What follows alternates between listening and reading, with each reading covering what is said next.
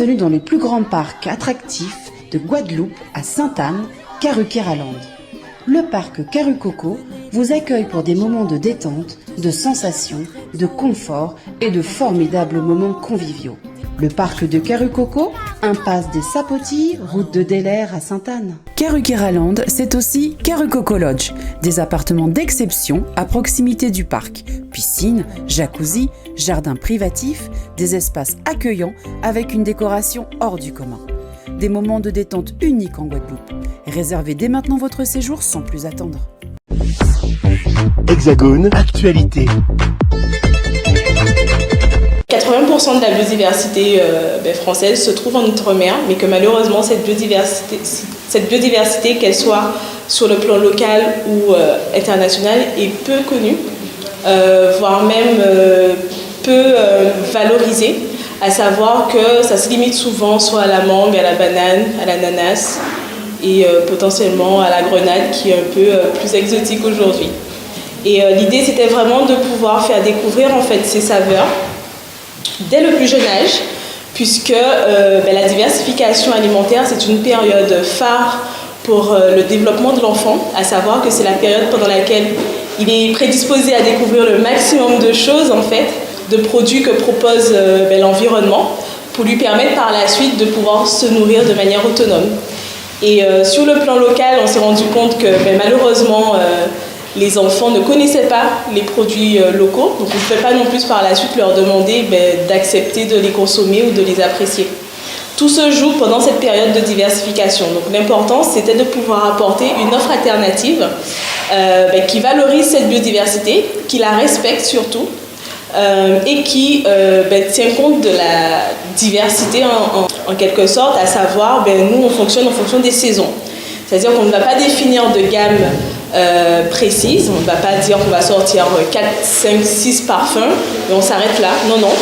On a pris le challenge de proposer en fonction de la saison. Aujourd'hui, on a près d'une quarantaine de recettes validées qu'on propose au fur et à mesure en fait, de l'année, mais surtout des saisons. Et surtout donc au fur et à mesure de la disponibilité de la matière première. Je suis en compagnie de Rachel Loulia, fondatrice de Typo Pays pour le lancement de ses produits à Paris, des produits 100% locaux, bio, destinés aux bébés de 0 à 3 ans et des jeunes de 3 à 12 ans. D'abord, l'histoire, comment l'idée est venue de créer ces produits à base de produits locaux? Tout simplement à l'issue d'une expérience personnelle. Donc, je suis maman de 2 petites filles et pour la diversification alimentaire de ma seconde petite fille, donc de ma toute dernière, je me suis rendu compte que même en maîtrisant cette information sur la biodiversité, les bienfaits, etc., ce n'était pas forcément aussi accessible qu'on pourrait le penser de comprendre l'enjeu de la diversification et surtout l'intérêt de pouvoir utiliser les produits de chez nous, les produits de la Guadeloupe, de la Martinique et des autres départements d'outre-mer. Il a fallu créer un véritable laboratoire pour la création de ces produits. Parlez-nous de la gamme d'une manière générale. Alors nous, on est sur une démarche assez particulière puisque nous n'avons pas de gamme définie. On travaille vraiment en fonction de la saisonnalité et donc on fait en fonction de ce que la nature nous donne et de préférence nous donne en abondance. Donc là, par exemple, c'était la saison des mangues. On en a profité. On a fait le plein de mangues. Là, prochainement arrive la saison de prunes de Cythère. Donc on va faire le plein de prunes de Cythère. Et en fait, tout l'intérêt de fonctionner comme ça, c'est surtout de pouvoir montrer en fait la diversité de ce que propose notre nature, mais aussi de pouvoir proposer beaucoup plus de saveurs que prévu. C'est-à-dire ne pas s'arrêter à 4 ou 10 parfums, mais bien un panel de parfums. Aujourd'hui, on a enregistré plus d'une quarantaine de recettes validées. Et donc, ce sont des recettes qu'on proposera tout au long en fait, de l'année, des saisons, etc. En alimentation et nutrition, j'ai commencé à chercher. Et en recensant toute cette information, je l'ai organisée parce que je suis aussi ingénieure en vulgarisation scientifique. Donc, c'était beaucoup plus facile pour moi de traduire, entre guillemets. Et en ayant traduit, en ayant toute cette information, je trouvais dommage que d'autres personnes, donc profanes, ne puissent pas en bénéficier et surtout prendre conscience en fait, de l'importance de cette phase. Parce qu'en 15 minutes de consultation, on n'en prend pas conscience, tout simplement. Et que cette phase-là, surtout, va déterminer le reste pour l'enfant, c'est-à-dire ses habitudes alimentaires, son rapport à l'alimentation, ses expériences aussi, parce qu'un enfant, moi par exemple, j'aime pas les lentilles, je vais les manger, mais émotionnellement parlant, je n'aime pas les lentilles parce que j'ai eu une mauvaise expérience avec les lentilles. Donc au final, tout ça, c'est déterminant sur l'avenir en fait, alimentaire de l'enfant. Et surtout qu'on ne se rend pas compte, mais l'ajout de sucre, l'ajout de sel trop tôt ou à trop forte quantité, etc., parce que c'est facile dans un premier temps, mais ça peut aboutir aussi à des déviances, notamment les maladies chroniques, l'hypertension, l'obésité, le diabète aussi infantile qui existe. Et en fait, tout ça tenait juste à une question d'information. Être informé au bon moment, avec une information accessible. Donc c'est comme ça que j'ai commencé en fait l'aventure Typopéie.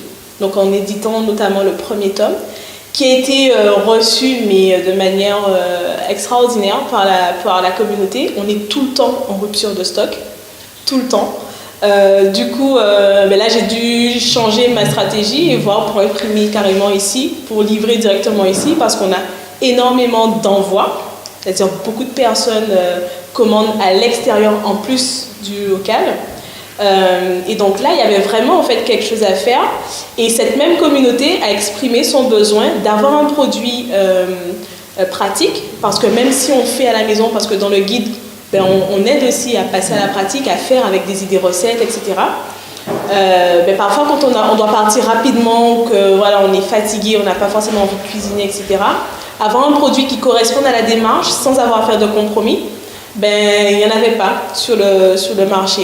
Si la maman pouvait faire 6 jours sur 7 à manger, le 7e jour, elle avait envie d'avoir un peu de répit, elle était obligée de se retourner encore vers un produit industriel qui ne correspondait pas à toute la démarche. Et le pire, c'est qu'elle dépensait son argent pour rien puisque l'enfant ne le prenait pas. Qu'il avait déjà connu autre chose, il ne le mangeait pas. Et aujourd'hui, cette différence, parce que du coup, ça a incité, l'offre, elle a grandi, et tant mieux, parce que ça apporte de la diversité. Mais la différence, elle se joue là, sur le goût. Quand les enfants goûtent les Typopéies, les parents sont embarrassés, et c'est une très bonne chose pour moi, mais ils sont réellement embarrassés parce que toute la différence se fait dans le goût. C'est-à-dire que ce qu'ils ont connu avant, étant donné que c'est pas axé sur le goût, ils en veulent plus, quoi. Et en fait, ils me demandent qu'est-ce qu'on met dedans, etc. Je dis, mais on met rien. Juste qu'on respecte la matière première, on respecte la nécessité d'avoir un produit frais, on respecte la nécessité d'avoir des nutriments qui apportent en fait réellement tout ce dont mon bébé a besoin pour son développement. On fait juste des choses logiques et cohérentes. Et sur le plan local en Guadeloupe, comment ça se passe? Quel écho? Alors ça se passe très bien, le projet a été très bien accueilli dès le début. D'ailleurs, il faut savoir qu'il a été financé de manière solidaire. Donc ce sont les Guadeloupéens, les Martiniquais et puis d'autres personnes pour qui le projet faisait sens, qui ont participé et ont donné cette impulsion. Ensuite, d'autres financeurs nous ont suivis. Mais le produit est relativement bien accueilli, d'autant plus que c'est un produit qui est frais. Ce n'est pas une conserve, donc les bébés surtout apprécient d'autant plus de retrouver le goût authentique des différentes saveurs, des différents produits qu'on retrouve chez nous. Alors, ce sont les mêmes produits pour les jeunes de 3 à 12 ans ou ce sont des produits différents? Ce sont les mêmes?